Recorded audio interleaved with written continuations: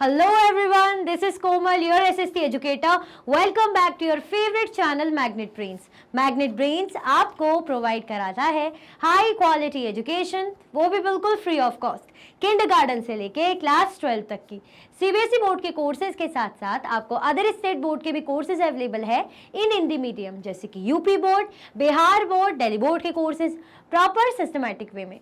कोई दिक्कत परेशानी आपको नहीं होगी। डेली प्रैक्टिस सेट्स के क्वेश्चंस भी मिलेंगे, प्रैक्टिस भी करते जाइएगा। ई बुक्स और ई नोट्स की लिंक आपको डिस्क्रिप्शन बॉक्स में अवेलेबल है, तो भटकने की बात नहीं बनती है। आज हम क्या करने वाले हैं, सिविक सेक्शन। सिविक सेक्शन है हमारा चैप्टर 6 कन्फ्रंटिंग मार्जिनलाइजेशन, है ना। कैसे निपटेंगे मार्जिनलाइजेशन से। पहले सबसे इंपॉर्टेंट तो मार्जिनलाइजेशन होता क्या है। इससे पहले चैप्टर में हमने मार्जिनलाइजेशन को समझा था, याद है कि भूल गए, वो देखेंगे।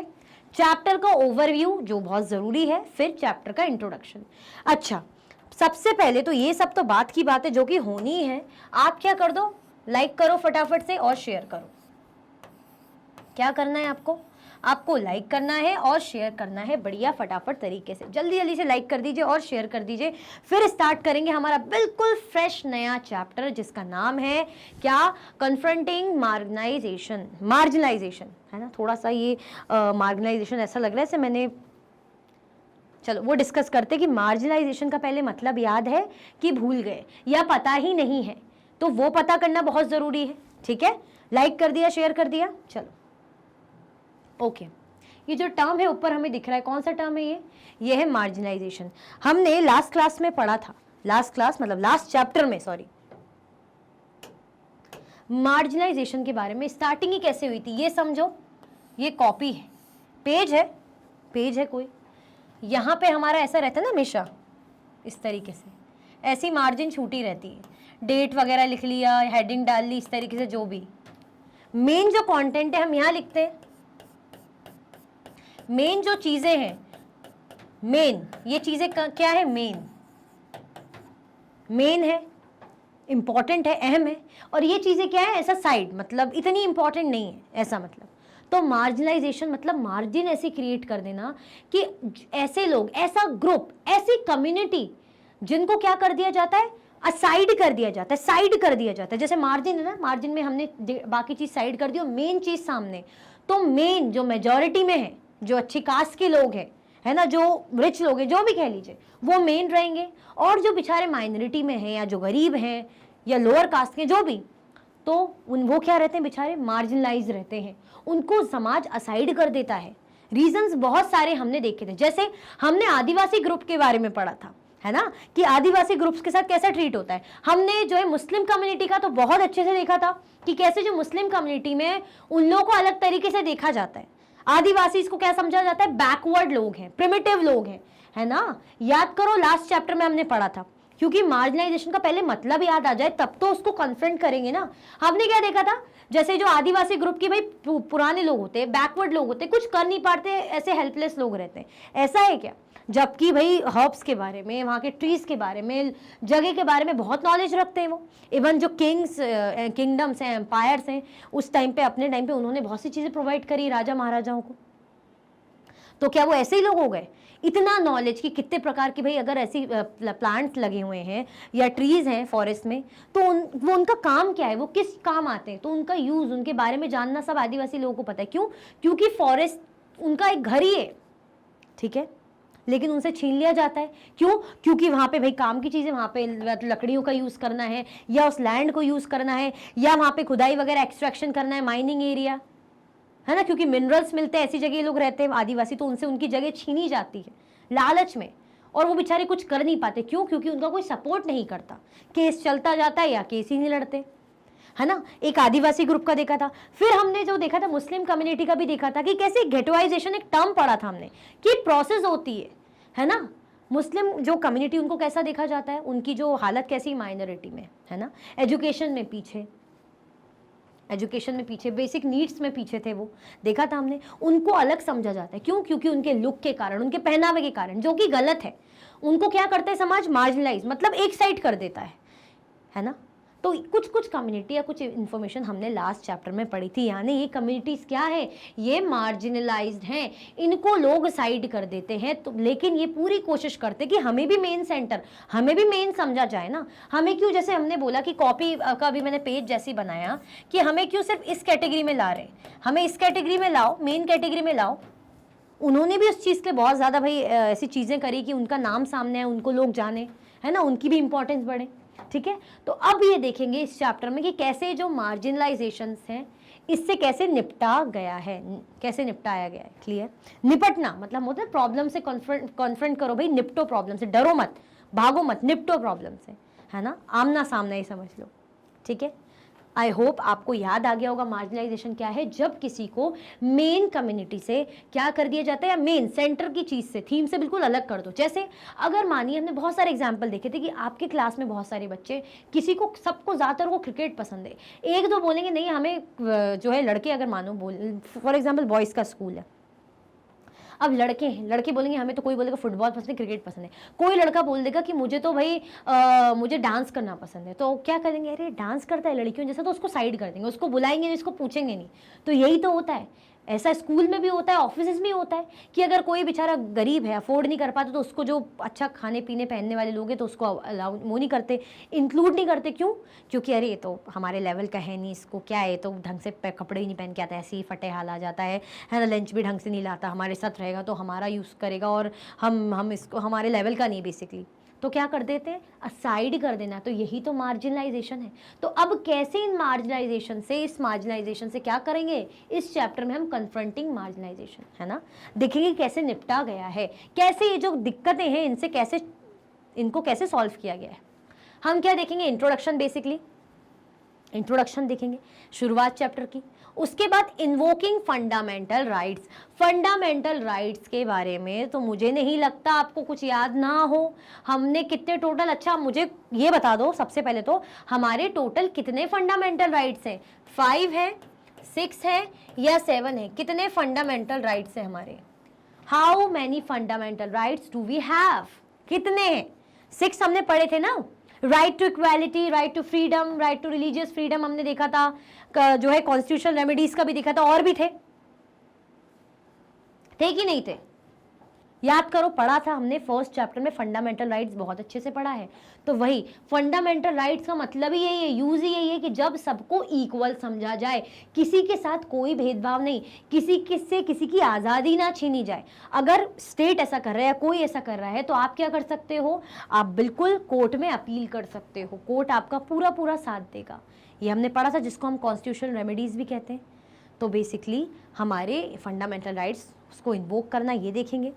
फिर लॉज फॉर द मार्जिनलाइज्ड, जो मार्जिनलाइज्ड लोग हैं, जो हाशिए लोग हैं, जिनको साइड कर दिया जाता है, जिनको मेन उनमें नहीं लाया जाता, और जिनको ऐसा समझा जाता है पता नहीं कौन है, अलग है, उनके लिए क्या क्या कानून बने, क्या क्या चेंजेस हुए, वो देखेंगे। Protecting the rights of Dalit and Adivasi, फिर हम देखेंगे कैसे दलित किनको बोलते हैं, लोअर कास्ट लोगों को, या हम इनको एससी भी कह सकते हैं, शेड्यूल कास्ट वाले लोग, है ना, और आदिवासी जिनको शेड्यूल टाइप कैटेगरी में आते हैं, एसटी। अगर हम देखें गवर्नमेंट टर्म में, तो गवर्नमेंट दलित और आदिवासी के लिए साथ में टर्म यूज करती, कौन सा, दलित के लिए एससी यूज करती है, मतलब जो अनटचेबल लोग हैं, जो छोटी कास्ट के लोग हैं, और आदिवासी जो शेड्यूल ट्राइब एसटी कैटेगरी के लोग हैं। ठीक है, तो उनके राइट को, उनके अधिकारों को बचाना, प्रोटेक्ट करना। ठीक है, तो ऑफ दलित एंड आदिवासी, इसके बारे में पढ़ेंगे। Then Adivasi demands and the 89 act, Adivasi demand, Adivasi इसकी जो डिमांड है, और 1989 एक्ट को पढ़ेंगे। ठीक है, हम क्या पढ़ेंगे, इंट्रोडक्शन देखेंगे, फंडामेंटल राइट्स देखेंगे, मतलब उनकी कैसे वो इन्वोक करें वो देखेंगे, फिर क्या कानून बने मार्जिनलाइज ग्रुप के लिए, उसके बाद कैसे राइट्स को प्रोटेक्ट किया जाता है दलित और आदिवासी ग्रुप के लिए, फिर आदिवासी की जो डिमांड है और 1989 एक्ट क्या है वो देखेंगे, कंक्लूजन, एंडिंग क्या है उसको अच्छे समझेंगे, कि पूरा सारा समरी जैसा कि क्या कंक्लूजन निकलता है।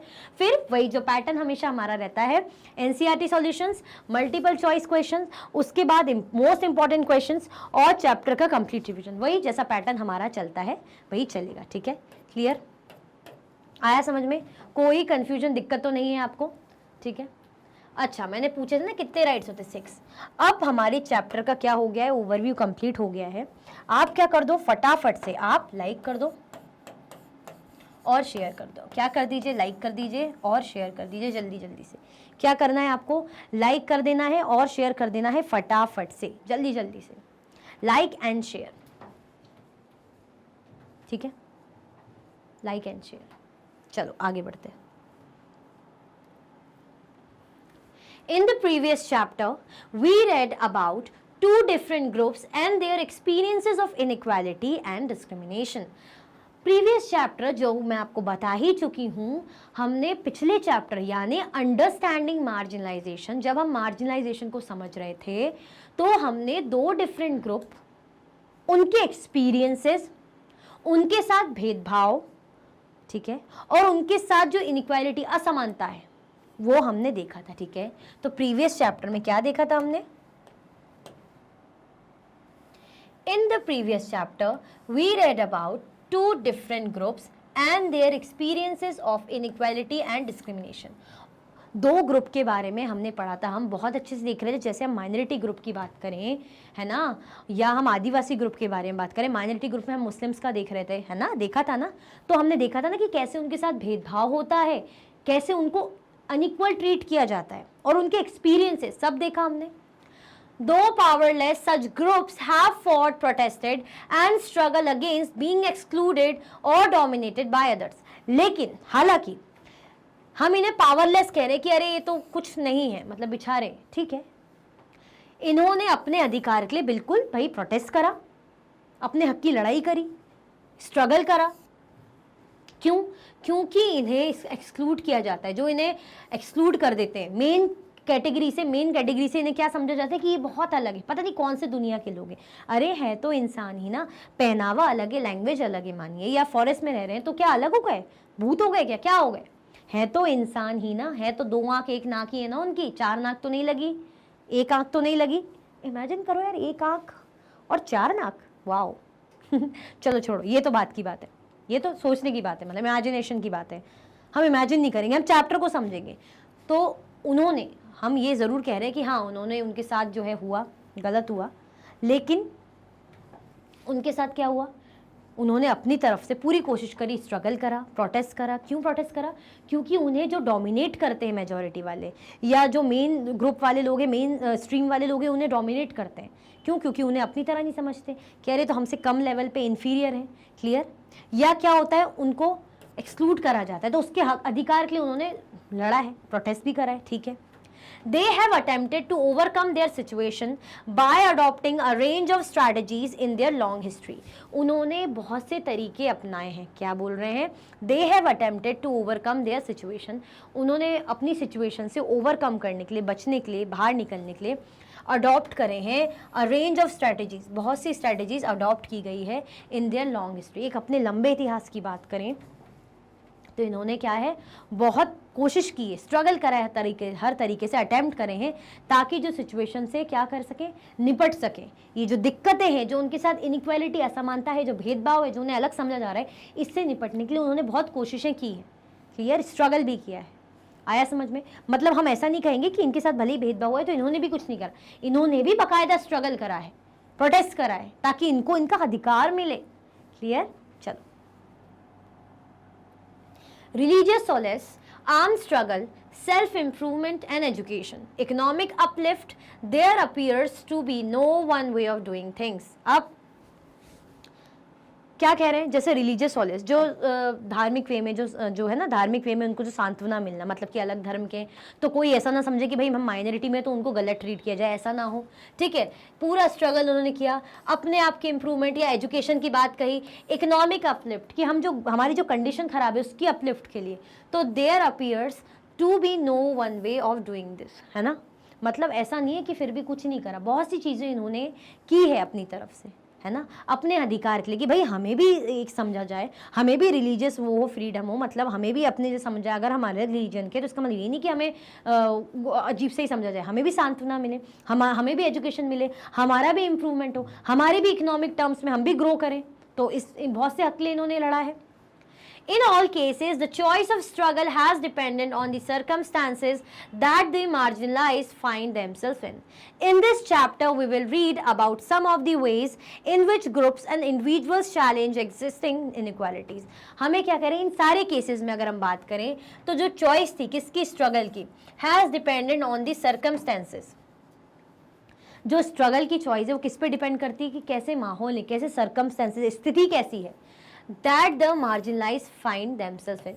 जो मार्जिनलाइज ग्रुप है उन्होंने जैसा लगा कि भाई हमें अगर हमारी सिचुएशन ऐसी, हमें ऐसी परेशानी, तो कैसे उससे निपटना है, कैसे उसके लिए काम करना है. ठीक है. In this chapter, we will read about some of the ways in which group and individual challenge existing inequalities. इस चैप्टर में हम क्या करेंगे, पढ़ेंगे कि कैसे जो है अलग अलग तरीके से कि कैसे जो ग्रुप हैं और इंडिविजुअल्स हैं, जो एग्जिस्टिंग इनइक्वालिटीज़ है, जो चल रही है, जो असमानताएं चल रही हैं, उनको क्या करना, उनको कम करने के लिए. ठीक है. उनको क्या करने के लिए, बेसिकली उनको चीज़ों से को चैलेंज करने के लिए चैलेंज कर रहे थे. क्लियर. तो इन्होंने भी मेहनत की, कैसे इन ग्रुप्स ने काम करा उसके लिए. क्लियर. चल. Adivasis, Dalits, Muslims, women and other marginal groups argue that simply by being citizens of a democratic country, they possess equal right that must be respected. Many among them looked up to the constitution to address their concerns. अब हमें क्या कह रहे हैं कि आदिवासी, हमने आदिवासी group का भी देखा था लास्ट क्लास में, इससे पहले दलित का भी देखा था, मुस्लिम्स की भी कंडीशन देखी, इवन वुमेन की भी देखी, और जो और भी अदर मार्जिनलाइज ग्रुप्स हैं जिनको क्या करा जाता है, जिनको ऐसे ही समझा जाता है, असाइड करा जाता है, इन्फीरियर समझा जाता है, अलग समझा जाता है, जिनके साथ भेदभाव होता है, जिनके साथ इनइक्वालिटी होती है. ठीक है. तो इन्होंने क्या करा, that simply by being citizen of a democratic country, इसके बेसिस पे इन्होंने आर्ग्यू करा कि हम क्या है, हम किसका हिस्सा है, हम एक स्वतंत्र भारत का हिस्सा है. हमारी कंट्री कैसी, डेमोक्रेटिक कंट्री है. डेमोक्रेटिक कंट्री होना मतलब जब प्रजा का तंत्र हो, जहाँ प्रजा को अच्छे से ट्रीट किया जाए, जहाँ प्रजा को ही राजा माना जाए, है ना, प्रजा को आज़ादी हो, है ना, प्रजा को अधिकार हो अपनी बात कहने का, अपना नेता चुनने का. तो हमारी कंट्री कैसी, डेमोक्रेटिक कंट्री है. ठीक है. तो उस बेसिस पे उन्होंने क्या करा, ये कहा कि they possess equal rights that must be respected, कि ये लोग भी इक्वल राइट पजेस करते हैं, इनके पास भी इक्वल अधिकार होता है, तो इनको भी रिस्पेक्ट की ज़रूरत है. मतलब अगर ये बहस कर रहे हैं या प्रोटेस्ट कर रहे हैं तो किस बेसिस पे, इसी बेसिस पे ना कि हम भी तो इक्वल हैं. हमें क्यों अलग समझा जा रहा है, जब हमारा संविधान ऐसा कह रहा है, हमारा कॉन्स्टिट्यूशन में लिखा है इक्वालिटी की बात, है ना, या हमारे कॉन्स्टिट्यूशन में रिलीजियस फ्रीडम की बात है, तो फिर क्यों हमें अलग समझा जाता है ना. In this chapter many among them looked up to the constitution to address their concerns. अब बहुत से इनमें से क्या करा भाई, सबसे अच्छी चीज़ क्या है, कॉन्स्टिट्यूशन. कॉन्स्टिट्यूशन में हमारी हर बात का कह सकते जवाब है, जो लड़ाई झगड़े का जवाब है. कैसे, राइट्स मिले ना. अगर आप राइट्स को खोल के देखोगे तो अगर आपके साथ गलत हो रहा है तो आपको उसका जो है आंसर ज़रूर मिलेगा. क्यों, आपके पास राइट है, जो है आपको संविधान ने दिया है, सॉरी मैं संसद बोली थी, संविधान ने दिया, आपके पास राइट है. क्लियर, आया समझ में. तो अगर ये लोग अपनी लिए एकता की बात कर रहे हैं कि हमारे साथ डिस्क्रिमिनेशन ना हो, इनइक्वालिटी ना हो, तो किस बेसिस पे कर रहे हैं, क्यों, क्योंकि इनको कॉन्स्टिट्यूशन का पता है कि भाई ये संविधान में लिखा है क्या, इक्वालिटी की बातें. Clear. In this chapter, we will see why the Constitution of India is something that marginalized groups invoke in the course of their struggle. अब हमें कह रहे हैं कि इस चैप्टर में हम क्या देखेंगे, क्यों ये जो कॉन्स्टिट्यूशन है इंडिया का, is something ऐसा है दैट मार्जिनलाइज ग्रुप, जो मार्जिनलाइज ग्रुप है, invoke in the course of their struggle, है ना. क्या कर रहे हैं, मतलब जो कॉन्स्टिट्यूशन को अपने स्ट्रगल में क्या करना. देखो अगर हमने क्या बोला कि किसके बेसिस पे कर रहे हैं स्ट्रगल, क्योंकि इन्होंने देखा है कि कॉन्स्टिट्यूशन में ही ये लिखा है, फिर क्यों हमें ऐसा अलग समझा जा रहा है, इस बेसिस पे हम ये देखेंगे. राइट्स मिलेंगे. As part of this we will look at how rights are translated into laws to protect groups from continued exploitation, and we will also look at the government's effort to formulate policies to promote the access of these groups to development. हम और क्या देखेंगे, ये देखेंगे कैसे ये जो अधिकार है इनको कानून में बदला गया. ठीक है, इन अधिकारों को कानून में बदला गया. क्यों, क्योंकि ये जो लगातार एक्सप्लॉइटेशन हो रहा है किनके साथ, ये जो ग्रुप्स हैं इनके साथ जो लगातार एक्सप्लॉइटेशन हो रहा है, इनको रोकने के लिए, कम करने के लिए, ख़त्म करने के लिए भाई ये जो राइट्स है इनको अब कानूनों में बदला जाएगा। तो ये हम देखेंगे। We will also look at the government's effort to formulate policies to promote the access of these groups to development. Even हम ऐसी नीति पॉलिसीज़ भी देखेंगे जिसमें दिखेगा कि कैसे गवर्नमेंट ये चाह रही है कि ये जो ग्रुप है, मार्जिनलाइज ग्रुप है, ये भी ग्रो करे, इनको भी पूरा अधिकार हो, एक्सेस हो।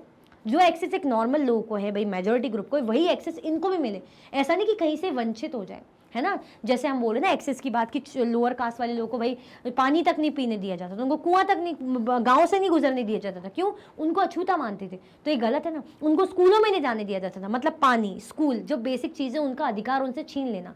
तो गवर्नमेंट क्या करेगी? ऐसी पॉलिसीज़ गवर्नमेंट ने बनाई हैं, राइट्स को कानून में जो है ट्रांसलेट किया गया है। क्यों? ताकि ये जो ग्रुप है ये भी डेवलपमेंट के लिए, डेवलपमेंट इनका भी हो सके और ये भी चीज़ों को एक्सेस कर पाए, किसी चीज़ से वंचित ना रहे। क्लियर? क्योंकि कॉन्स्टिट्यूशन बात ही इक्वालिटी की करता है ना। कानून के सामने, संविधान के सामने हर कोई एक बराबर है, उनको कोई फ़र्क नहीं पड़ता कौन किस रिलीजन की मेजॉरिटी है, क्या है, कोई मतलब नहीं है। और ये सही है, तभी हम बोलते हैं ना इंडिया क्या है, हमारी सेक्युलर कंट्री है, डेमोक्रेटिक कंट्री है। आया समझ में? कोई कन्फ्यूजन, दिक्कत तो नहीं। तो बेसिकली इस चैप्टर में जो मार्जिनलाइज ग्रुप के साथ लास्ट चैप्टर में हमने पढ़ा ना, होता आया है ना, जो हमें पता भी हो रहा है या होता आया है, तो कैसे अब उससे निपटेंगे, कैसे जो कानून उनके लिए लाए जाएंगे, क्या क्या पॉलिसीज़ बनेगी, है ना, ताकि इनका भी डेवलपमेंट हो, ये भी चीज़ों को एक्सेस कर पाए, वो सब बेसिकली इस चैप्टर में हम क्या करेंगे, देखने वाले हैं। क्लियर? कोई कन्फ्यूजन, दिक्कत तो नहीं? बढ़िया है सब? चलो, इसी के साथ हमारे चैप्टर का ओवरव्यू और इंट्रोडक्शन एंड होता है। आई होप आपको लास्ट चैप्टर का भी याद आ गया होगा, क्योंकि इंपॉर्टेंट है इसी से रिलेट करके, और इस चैप्टर में क्या करने वाले हैं, क्या पढ़ने वाले हैं, वो भी समझ में आ गया होगा। तो नेक्स्ट क्लास में चैप्टर को कंटिन्यू करेंगे। इसी के साथ ये वीडियो एंड होती है। अगर आप और भी वीडियो के लेक्चर्स देखना चाहते हैं तो आप मैग्नेट ब्रेन्स के यूट्यूब चैनल, एप्लीकेशन और वेबसाइट पर देख सकते हैं। ई नोट्स और ई बुक्स के लिंक आपको डिस्क्रिप्शन बॉक्स में अवेलेबल है। ये सारे हाई क्वालिटी के कोर्सेज हैं, जैसे कि CBSE board, Delhi board, Bihar board, UP board, MP board, Rajasthan board, Vedic maths crash course, spoken English courses आपको अच्छी क्वालिटी में और 100% फ्री अवेलेबल हैं। आप हमें अदर प्लेटफॉर्म पर भी फॉलो कर सकते हैं, फेसबुक, इंस्टाग्राम, एक्स, टेलीग्राम और व्हाट्सएप पे। ज़्यादा से ज़्यादा लाइक कीजिए, ज़्यादा से ज़्यादा शेयर कीजिए और चैनल को सब्सक्राइब करना बिल्कुल भी ना भूलें। अपना ख्याल रखें। Thank you so much for watching.